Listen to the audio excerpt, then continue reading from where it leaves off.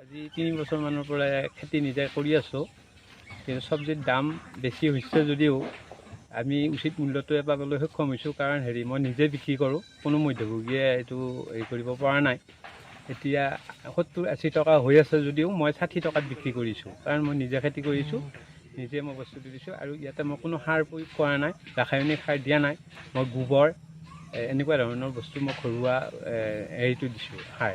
কিন্তু মই কোনো ৰাসায়নিক সাৰ দিয়া নাই। গতিকে মই উচিত মূল্য পোৱা বুলিয়ে মই ভাবিছোঁ। আৰু মই এই খেতিখিনি কৰি মই ঘৰখন চলাই আছোঁ ধুনীয়াকৈ। আগতে কৰা নাছিলোঁ। যেতিয়া চব্জিৰ দামটো বৃদ্ধি হ'ল, তেতিয়া ভাবিলোঁ কি কৰিম, মানে নিজে খেতি কৰোঁ। এইবুলি খেতি কৰোঁতে হৈয়ে গ'ল।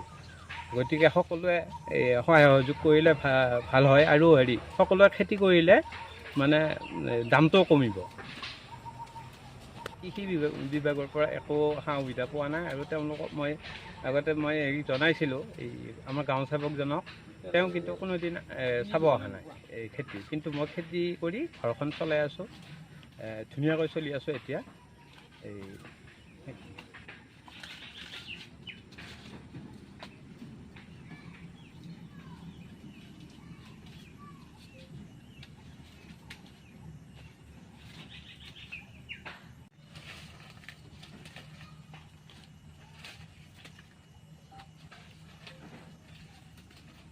পেলাই দিলে বস্তুটো চিলচিলীয়া হয়।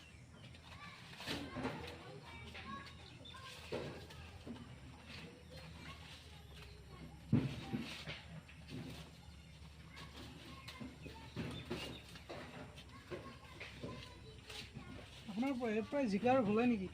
বৈজ্ঞানিক পদ্ধতি কৰিছে চাগে। বৈজ্ঞানিক পদ্ধতি যিটো কওঁ জিকা কম পাওঁ। একো বৈজ্ঞানিক পদ্ধতি নহয়, বৈজ্ঞানিক পদ্ধতি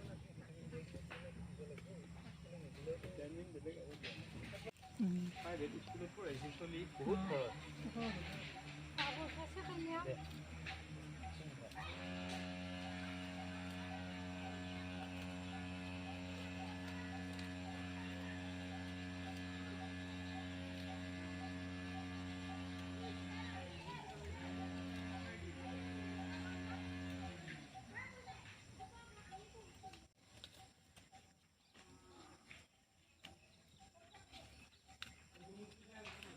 কিবা চৰকাৰী সাহায্য হয়তো পিছৰ ফালে